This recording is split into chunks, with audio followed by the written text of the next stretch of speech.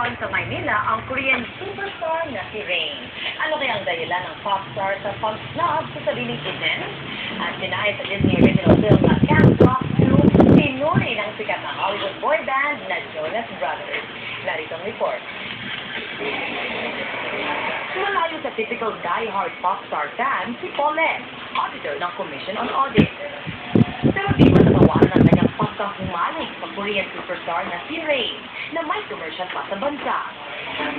Halos 200,000 piso na ang nagasan niya noong nakaraang taon para sa idol.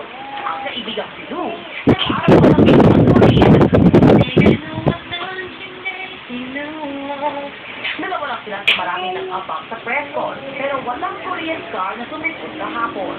Ayon sa kampo ni Rain, hindi nagkaunawaan sa araw ng press con.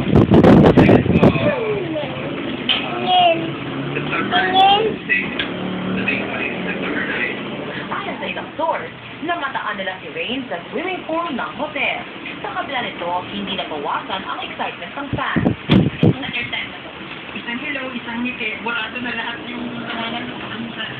Sa Webes, in-schedule muli ang press con. Sa Sabado na abot si Rain sa Mall of Asia.